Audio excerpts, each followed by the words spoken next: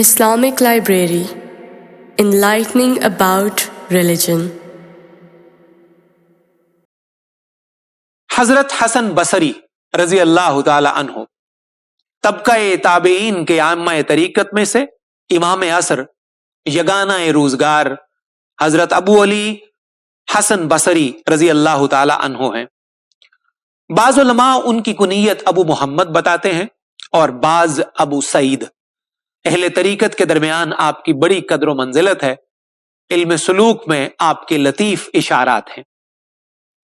ایک مرتبہ حضرت حسن بصری رحمت اللہ علیہ نے ایک دیہاتی کے سوال پر فرمایا، صبر دو طرح پر ہوتا ہے، ایک مصیبت اور بلا پر صبر کرنا اور دوسرا ان پر صبر کرنا جن کے نہ کرنے کا حکم حق تعالی نے دیا ہے۔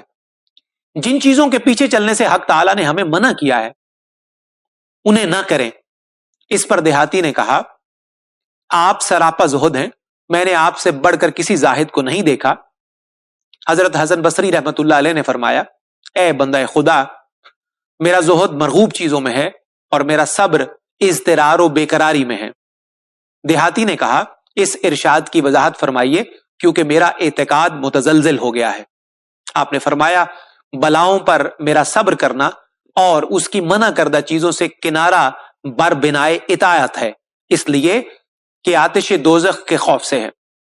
اضطراب و بے قراری اور دنیا میں جو میرا زہد ہے وہ آخرت کی نیت سے ہے اور یہ عین رغبت ہے۔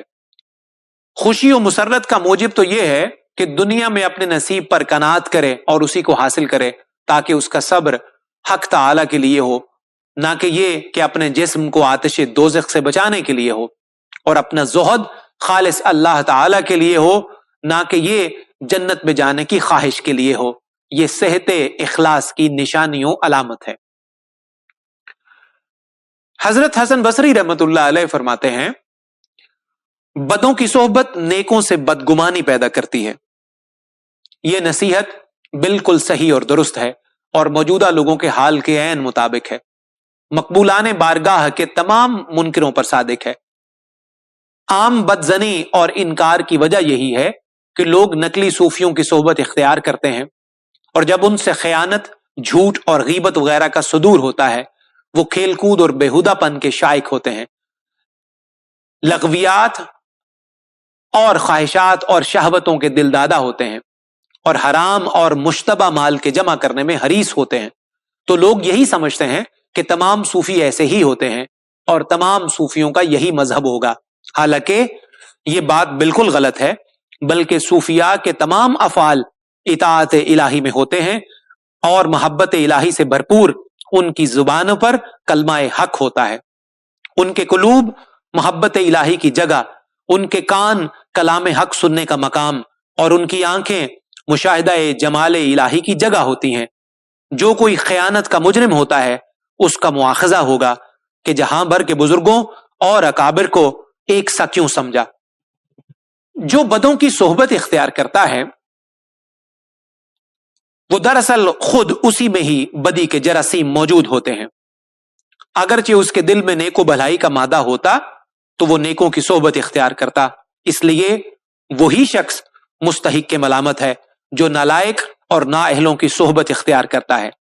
ایک وجہ انکار یہ بھی ہے کہ جب صوفیاء کو اپنی خواہش نفس کے خلاف پاتے ہیں تو ان کے مقامات بلند سے انکار کرنے لگتے ہیں یا منکروں کے ہم زباں ہو جاتے ہیں۔ اہل معرفت اور صوفیاء کرام کے انکار کرنے والے لوگ مخلوق خدا میں شریر تر اور غایت درجہ کے ذلیل اور کمینے ہوتے ہیں، کیونکہ صوفیاء کا طریقہ جہاں بھر میں برگزیدہ ہے اور ان کی برکتوں سے دونوں جہان کی مرادیں حاصل ہوتی ہیں۔ یہ حضرات تمام جہان میں ممتاز ہیں۔ اسی معنی میں ایک بزرگ کے شعر کا ترجمہ ہے، تم میرے نفس کو حقیر نہ جانو، وہ تمہارا محبوب ہے، ہر شخص کو اپنے ہی ہم جنسوں سے مراد حاصل ہوتی ہے۔ حضرت سعید بن المسیب رضی اللہ تعالی عنہ طبقہ تابعین کے ائمہ طریقت میں سے رئیس العلماء، فقیہ الفقہاء حضرت سعید بن المسیب رضی اللہ تعالی عنہ عظیم المرتبت، رفیع المنزلت، ہر دل عزیز اور سیرت و خصائل میں عمدہ ترین تھے۔ تفسیر، حدیث، فقہ، لغت،